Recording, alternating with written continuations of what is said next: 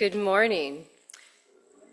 I am Janet Mocker. I volunteer as bookkeeper.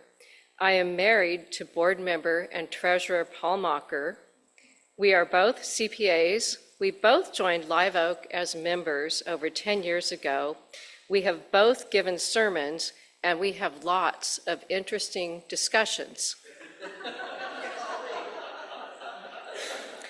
A couple months ago, I was reviewing Live Oak's financials, and I noticed how hard we had been hit as we came out of the pandemic, with the losses of members and our full-time tenant. We had saved money we could draw on for a while, but we couldn't keep doing that. I talked with the board, information was shared at a town hall and as part of the stewardship campaign, and you heard and responded, so today we say thank you.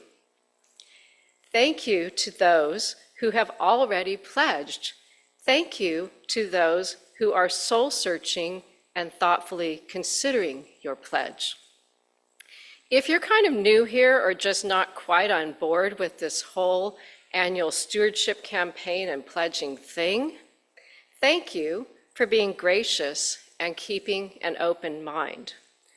I have wished that we not do it and instead just trust everyone to give abundantly from the heart with the faith that together we have enough.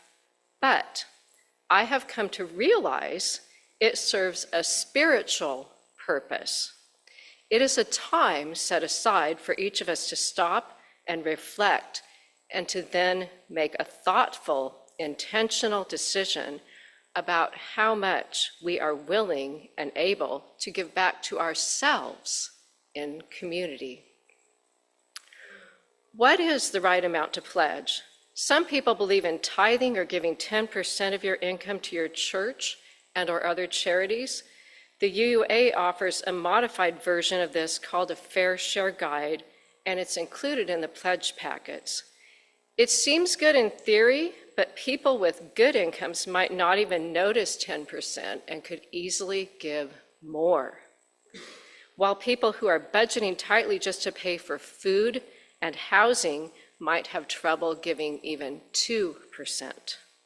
So it becomes a very personal and individual decision. I believe what is most important is not the amount, but the attitude around giving, and to give generously and cheerfully to people you love and causes you care about, and that this creates positive energy.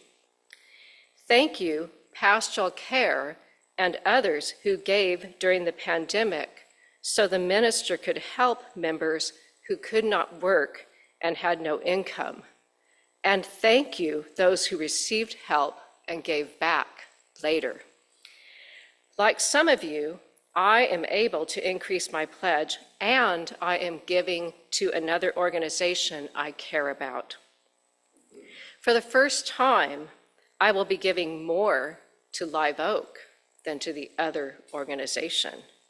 My intent is to give more in total, so I don't have to reduce what I give to the other organization, but to get to that place, I had to think about how much I was giving overall and where and why I was giving.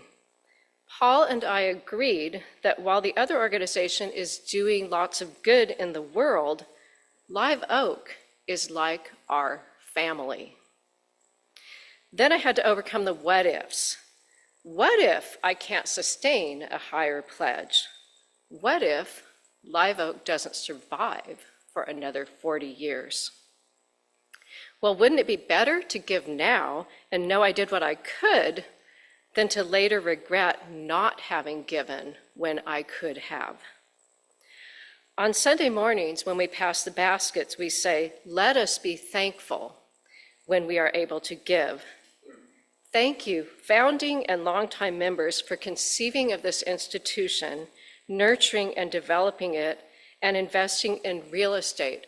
First, in purchasing this property and then building it out. So now we have lots of space we can use or rent out depending on our needs. Thank you Ron Cronenberg for the idea that we could pay off our outside bank mortgage and replace it with loans from our own members. And thank you to all who considered and agreed with that idea. Thank you all for your gifts and loans over the years to make all of this happen. Because of you, it is here for me now, so I can be thankful that I am able to give to it today.